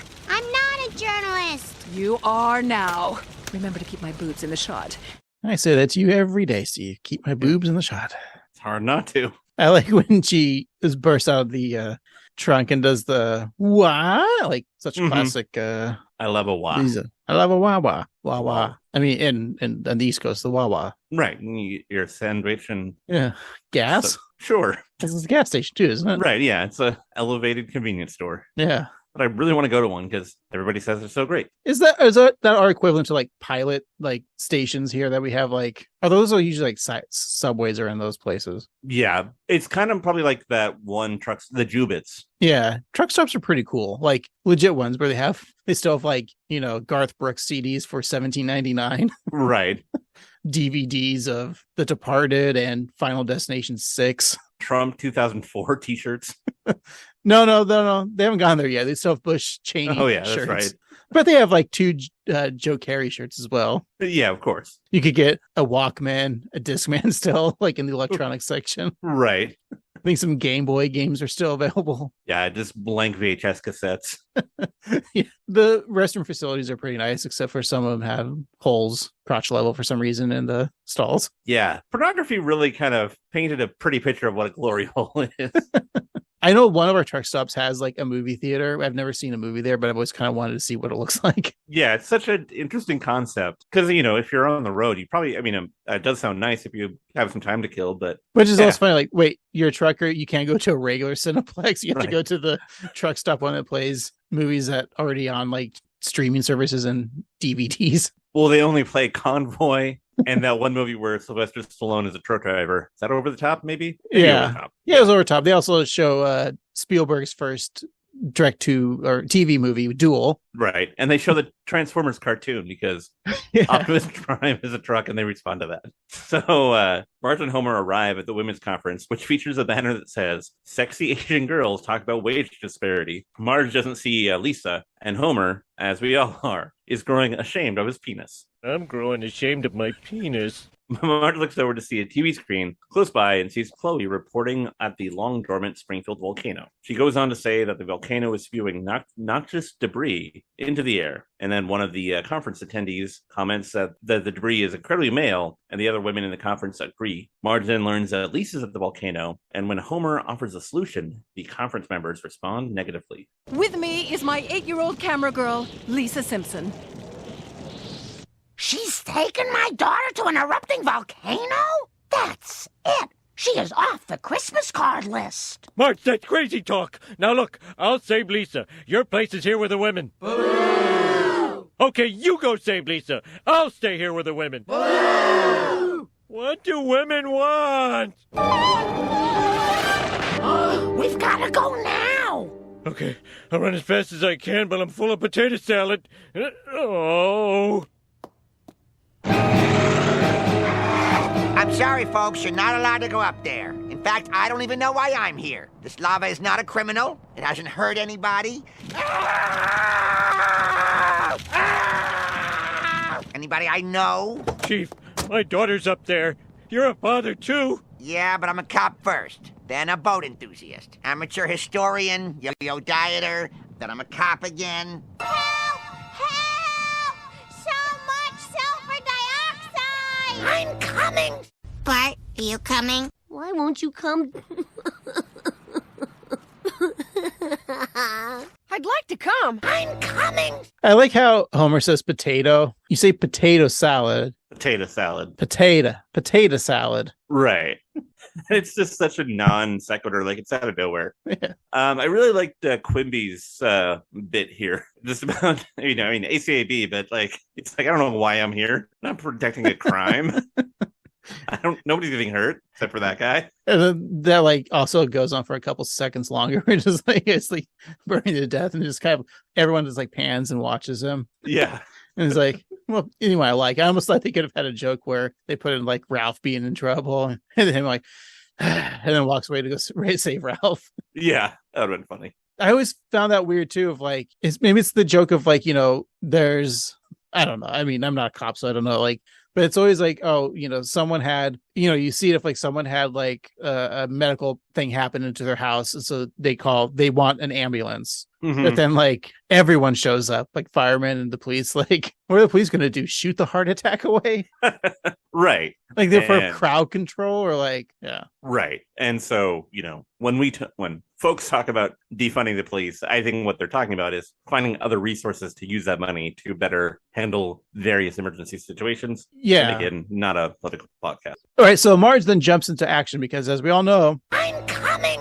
She's hopping into the driver's seat and speeding through the police barriers, and she finds Lisa and Chloe in peril and shouts that she's going to save her daughter. And just then, the ground below her splits open, and Lisa tells her mother to be careful, as there is hot lava on the ground. But of course, Steve, you and I knew this. That's not actually hot lava. Because Right. Chloe corrects Lisa, which I'm a little concerned about Lisa not knowing this, because when it's underground, it's actually called magma. Mm-hmm. Yeah, stupid Lisa, garbage face.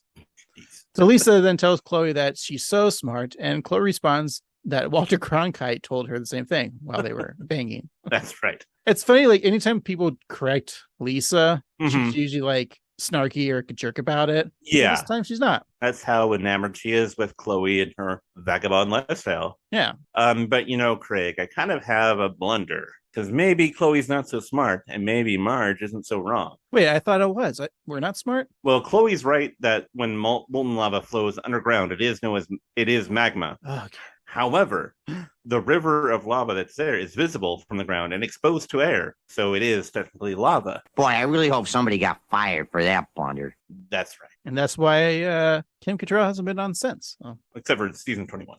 Wait, what? Yeah, she showed up again in the episode. Same character? No, a different character, although this character does appear in the movie, in the background. What movie? The Simpsons movie. Oh, I was hoping it was going to be Star Wars. Probably Star Trek, but no. Oh, yeah, that's right. She appears in the season 21 episode, Oh Brother, Where Bart Thou? Hey, I could see Kim Cattrall like showing up in a Star Wars, like how like there's like the random actors that is all of a sudden like the new like Disney Plus shows like Boba Fett's or Obi-Wan's or Mandalorians. Like, yeah, she could be like some Imperial officer. I could see that, or like yeah. All right, let's start a petition. Kim Cattrall first. You know how they got rid of that one lady, Gina Carano or whatever in The Mandalorian? Just recast it with a sassy 60-year-old Kim Cattrall. There you go. Just same character, but but it's the same character, but she's gonna be like her character from Sex and the City, but like with blasters. So she just fucks a lot of like Chewbacca's and droids. This is a Star Wars show you would watch. Yeah, I mean, the next morning she is picking Wookiee hair out of her teeth. Just call it Sex and the Death Star, okay? Yeah, I like this. And cast all the Sex and the City ladies, but Sex and the Death Star. This sounds like a really bad SNL sketch, by the way. Maybe even Mad TV. Yeah, I think it's more Mad TV. You're right. But I'd still watch it. Yeah, you would watch Mad TV. Well, I mean, no, I guess I wouldn't. Okay. Who knew that Quincy Jones wouldn't make a good comedy show? So even like when we were kids, like, there's a new Mad TV on. But they're showing a rerun of SNL. I'm going to watch that rerun. I specifically have that memory of Saturday night. You're like, fuck. That's fine. I'll just turn the TV off and stare at it until an hour is over with, and right. Turn it back on. Maybe there's some nudity on PBS. Oh, that time, Cinemax, you probably had some. Yeah. Oh, Real Sex, maybe I was on HBO. That's true. Or maybe that episode of Sex and the City with Kim Cattrall showing off her breasts. Ta-ta. Ta-ta. So Marge assesses the situation and then jumps from rock to rock through the lake of fire. She hops on Chloe's car, grabs Lisa, and leaps to safety. Lisa's impressed, and Marge states that nothing's more powerful than a mother's love. Lisa then notices that Marge's beehive hair is on fire, but Marge isn't concerned since she has at least 2 hours before it burns down to her head. So the tree that Chloe is clinging onto begins to burn, and she states that the top story tonight is she's about to die. That's very purred happily. That's true. Tonight's top story, I'm about to die. Yeah. But just then, we got a helicopter floating down to a sober era Barney grabbing his former lover, Chloe. Barney, you saved my life. Chloe, when you left me, I was devastated. But I sobered up long enough to become a pilot. With you beside me, I think I could make it work. How about a half hour of pity sex? Is there any other kind?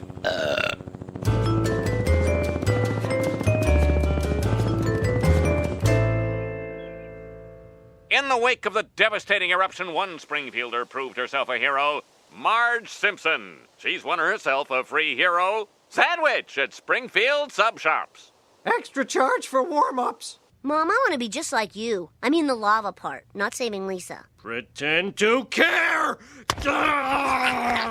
Well, looking at you kids, I know I made the right choice in life. I'm sure you did. But still, don't you ever wonder what might have happened if things had gone differently? Well, this is Marge Simpson reporting from Lake Placid, where the miracle on ice never happened.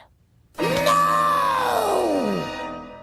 Say what you must about this episode when we do, but Yeah. I had, some chuckles here and there, but that last part, like, I laughed out that's loud. true.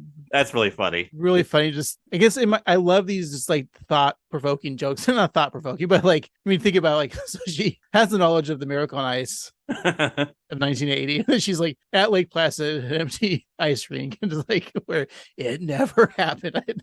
And it's kind of her fault. It is her Because fault. it's Yeah. like what would happen. Yeah. Because she even It- like mentioned it earlier of how her life would have been different if she was a reporter, and now she's playing off that fantasy. It's also like her, like also deep down thinking like she made the right choice because yeah. Here she is with the wrong choice. Earlier in that clip too, it's funny that Barney says that he got sober long enough to save her, as if he got his life together. But that was like 20 years after he left high school.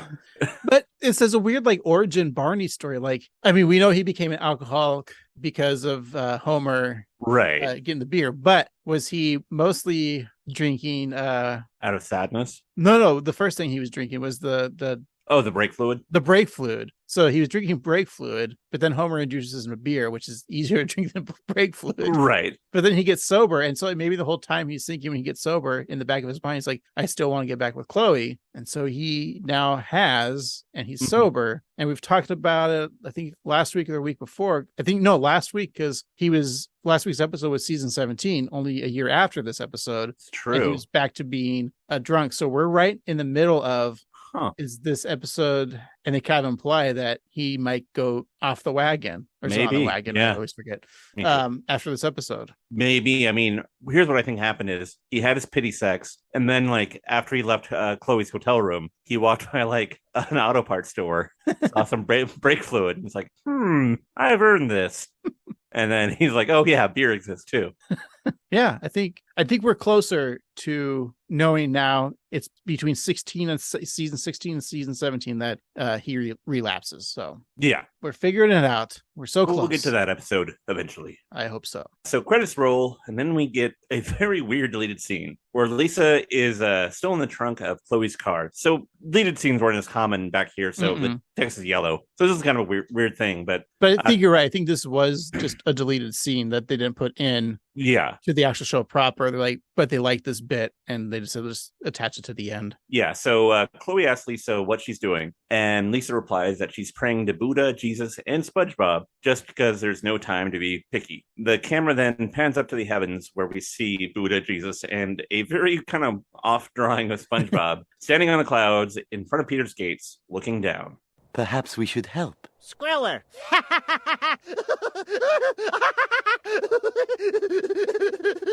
And that laugh, it's so maniacal. Yeah, and I mean, I haven't watched a ton of SpongeBob, but I don't think he sounds like that at all. I've never seen one full episode of SpongeBob. I've seen clips here and there. Yeah, no, never seen one episode. I used to watch it with some regularity when I was, younger, like when you were 25. irregular. Yeah. And, it has its laughs. It's pretty good. It's like easier to digest, like Ren and Stimpy. Like, it's not so disgusting, but I don't know. It's fine. Anyway. Well, you're fine too, Steve. Thanks. I think we've said enough, but I think we should really, really say how we really feel about this episode, and maybe go have some pity sex on our break. Is there any other kind? No. Alrighty. Zip. We'll be right back.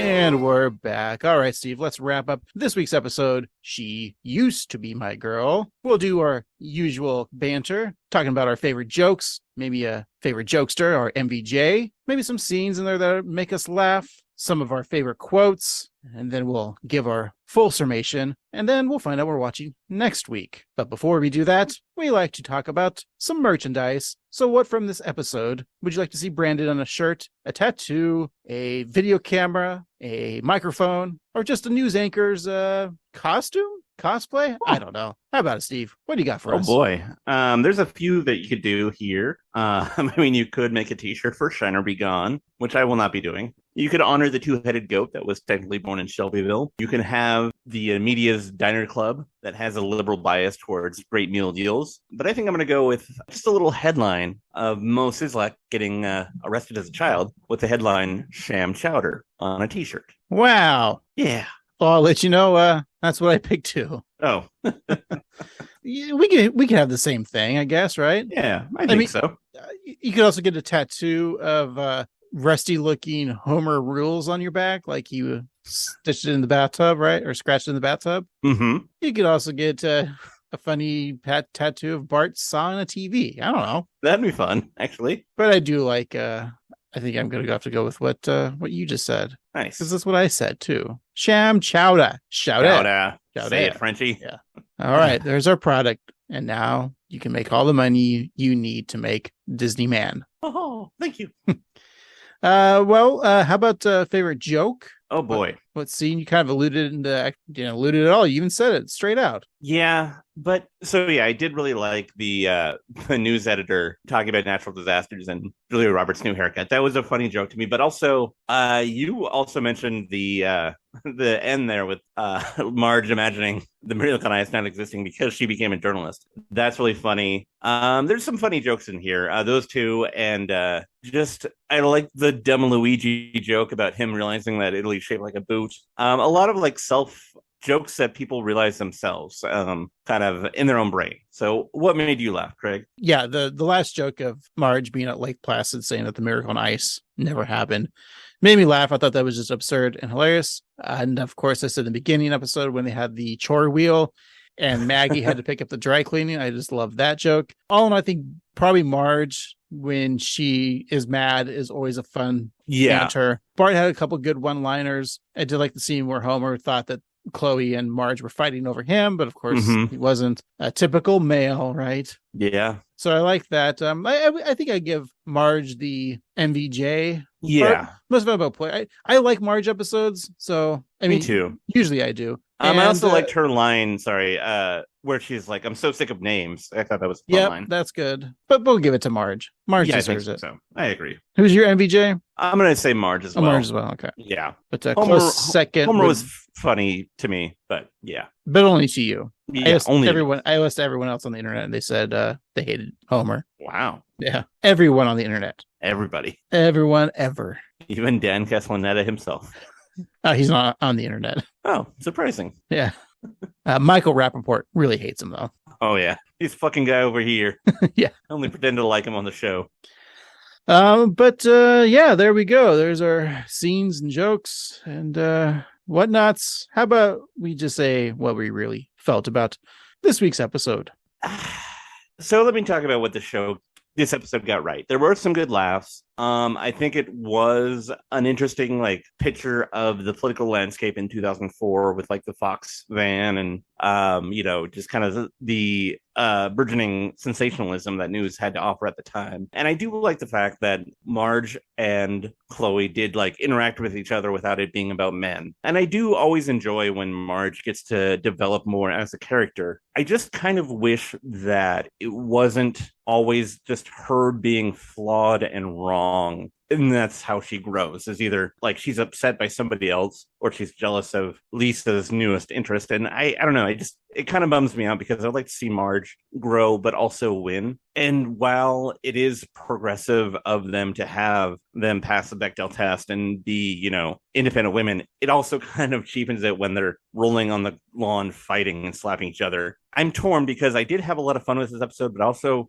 I kind of didn't like it. It's, to me, kind of a bad episode that follows a lot of good Simpson things, like Lisa saying "wah," and it's following like a lot of patterns of the Simpsons, especially at this time, that are good. But the episode itself feels a little off to me. Like I feel like they didn't know what to do with Homer. That's why they had him choking Bart and explaining it, or just kind of having him fill in for jokes like the stomach full of potato salad. Like they needed Homer to do more and they didn't know what to do with it. So I felt that was a little awkward, but I don't know. I'm going to say that for me, it was a skip, like a soft skip. So not like absolutely horrible. It's not like an offensive episode, but it's not my favorite. And I feel like it just didn't quite work for me. And so if I'm going to have to give this a rating, and I guess I have to give this a rating, Lisa was talking about Lewis Lapham, who was the editor of the Harper's Magazine for 28 years before he quit in shame after lying about being at the Republican National Convention in 2004.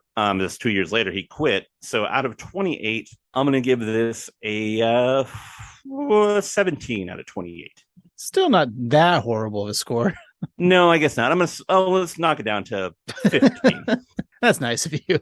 Yeah. Yeah, I agree with everything you said. So that's my review. Alrighty. While it showcased a lot of positive, like telling the female side of the story, but there was also like a lot of unfunny female type jokes in it too. Yeah.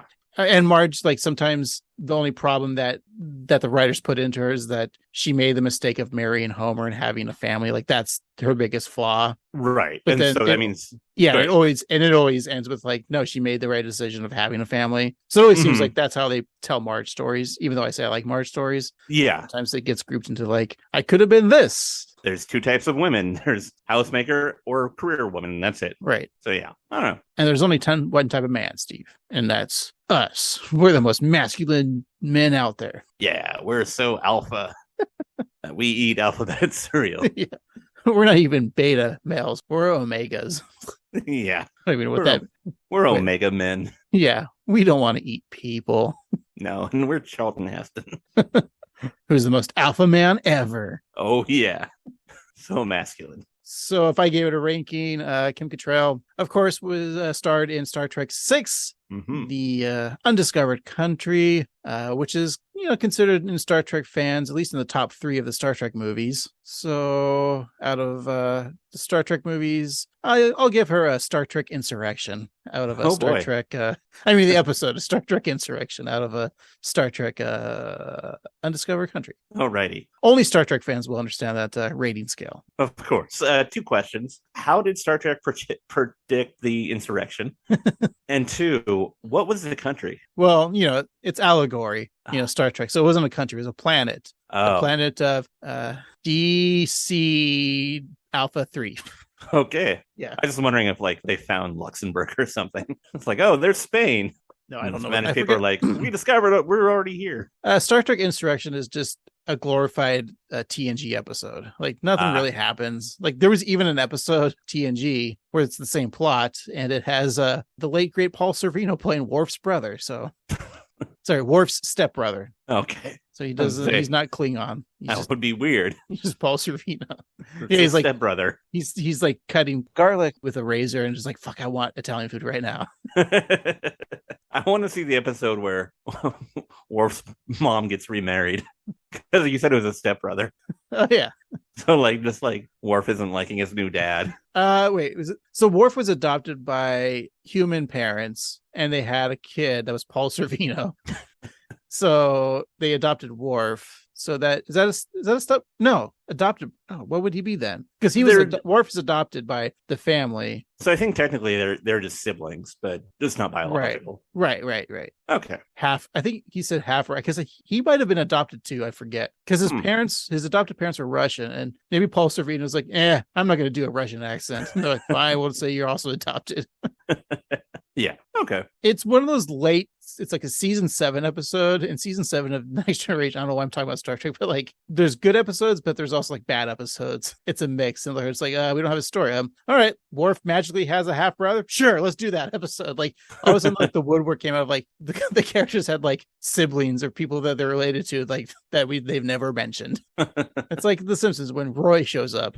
Right. Yeah. Wow. What tangent did we get? Oh, because Kim Cattrall, Star Trek. Okay, let's reel it back in, Steve. So Is it a pass for me? I think there's some interesting canon things that happen. Like, it's nice to get the track of like Barney's sobriety, a little history of him and a little history of Mo. But all in all, I mean, if you're a purist, watch it. But Yeah. I think if it's on FXX during a marathon, I would switch channels. Yeah, I think I'm in the same way. It's a skip for me.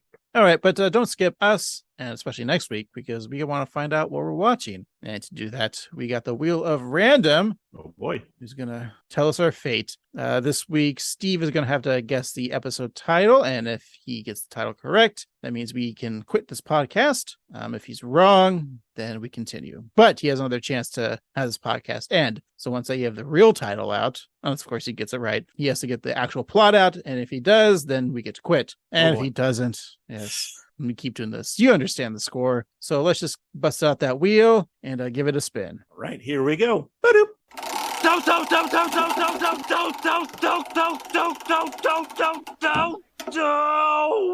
I'm growing ashamed of my penis. We have season 25. Season 25. Alrighty, let's give it another spin to see which episode we're watching. Ba-doop.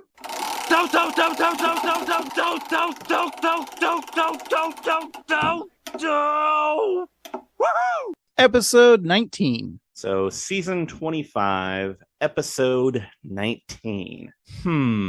Okay, 25 or 6 to 4. You were gonna say that.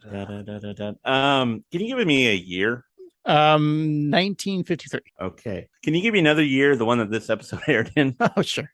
Let's go with 2014. 2014. Specifically, April 27th, 2014. April 27th, 2014. The day you submitted your 2012 taxes. Oh, yeah. Everyone was mad at me. So let's see. 2014. I'm gonna say that. So they usually take a couple years. So let's think about movies from 2012 that they would do. I feel like we always go to the movies for a title. I don't think we know close ones. No, but maybe this is the time. So okay. This is 40 came out in 2012. So we already do it. This is 40 joke. Yeah, we probably did. No, we did. I think 40-year-old virgin, maybe. No, but also the musical Rock of Ages came out. So I'm going to say it's going to be The Rock of a Poo is the title of the episode. All right. Well, think about the story on your own time. Yeah. But you are wrong. Sorry. Yeah. You were close, though. Oh, yeah? Yeah. What did you say the title was again? Rock of a Poo? Yeah. There's one R, one O, two C's. Okay. No K's. Oh, no kisses. No, no F's. Well, of course, because there's no kisses. No A's. Oh, no, there's one A. Sorry. No, two A's. Sorry, there's two A's. Just like us. Two A's. Yeah. Two P's. Just like us. Right. And 0 U's. Sounds which like is parties in high school. Yeah. No U. So that's how close you were. Okay. And with that, can you guess the title? Let me look at my Wheel of Fortune board. Can I buy an N? There are 2 N's. Okay. Spin the wheel or solve. All right, I'll solve it. Fun in the sun with buns. That's wrong. Sorry, you don't win the money or the new Chevy convertible. It's actually called What to Expect When Bart's Expecting. What to expect when Bart's expecting. Now, what do you think this episode's about? The words make me think of pregnancy because... Makes sense. Expecting. So I'm going to say that Bart, who I know has a history with Shauna, accidentally... No. Yeah, I'm going to say it. Okay, fine. Say it. Whatever you want to say. I'm going to say that he kisses Shauna, and then because he's dumb, he thinks that he's gotten her pregnant. Oh. And she says things about like her back hurting or like being sick in the morning that makes him even more worried. But it turns out that like she was carrying a heavy thing and then ate a bunch of gummy bears. So she's not actually pregnant, but she's just having like the pains of being pregnant. And Bart is confused. And then meanwhile, Lisa wins the science fair. I like your story. I thought you were going to get darker, but I like the fact that, little boys think if they kiss a girl, they might get pregnant, which I think is still the case, right? Yeah, as far as I know. Okay. Well, I haven't got anybody pregnant. you're kind of close. Oh. I usually make that joke, but this time I'm kind of being serious because pregnancy is involved, and being a dumb 10-year-old boy also is the reason. But sadly, no Shauna. Oh. It's actually Bart doesn't like his art class, so he makes a voodoo doll of his art teacher, and then she becomes pregnant. Okay. So I'm not sure what that means, that maybe Bart fucks the voodoo doll, or maybe Bart kisses the voodoo doll. I mean, I could read the full story here on the simpsons.fandom.com, but I'm not going to, because we're going to find out what it really means next week. Yeah, that's more fun that way. But also, fit fat Tony kidnaps Bart to conceive a thoroughbred racehorse. So, What? yeah, You have to fuck a horse? I don't know. But fit fat Tony, I think that means it's not the original Fat Tony because he's dead, and this is the fit fat Tony who's like... Right. Interesting. Well, yeah. Do you remember this episode? I do not remember this episode where Bart somehow with a voodoo doll impregnates both a woman and a horse. Hey, it was directed by the same director of this episode, Matthew Nastuk. Oh yeah. Written by John Frink. So usually that's a good sign. Yeah, we like a Frankie episode. Yeah.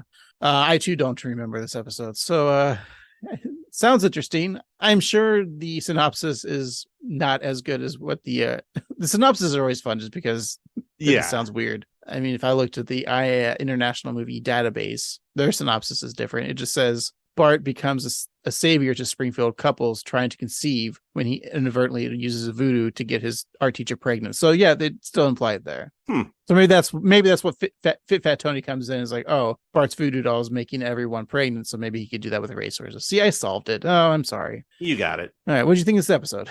It was good. I liked it when Bart came on the voodoo doll. Who was your MVJ? I'm gonna give it to Johnny Tightlips. All right, I'm gonna give it to Homer because he does something stupid in it. Oh yeah, when he said dough. Yeah.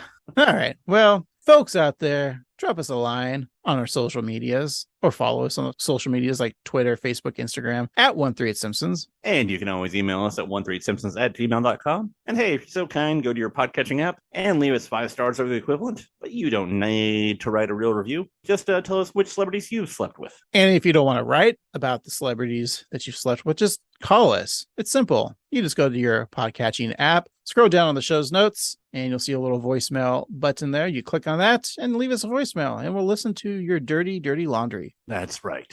Oh, hey, I know all this typing and voice talking has made you guys a little antsy. You got money burning in your pocket. You'd give some money away, but you could get something from that if you go to the TeePublic site, which is tpublic.com/user/annoyedgruntboys, and get a t-shirt or a tote, anything there with our logo on it. That's right. We've got some 6 designs right now. Right. Yeah, sure. Why not? Sure. All right. So this week I've been Annoyed Grunt Boy Craig. And I've been Annoyed Grunt Boy Steve. And remember, I'll be back. You ain't tasted the last of my spit. This just in. I'm pissed off.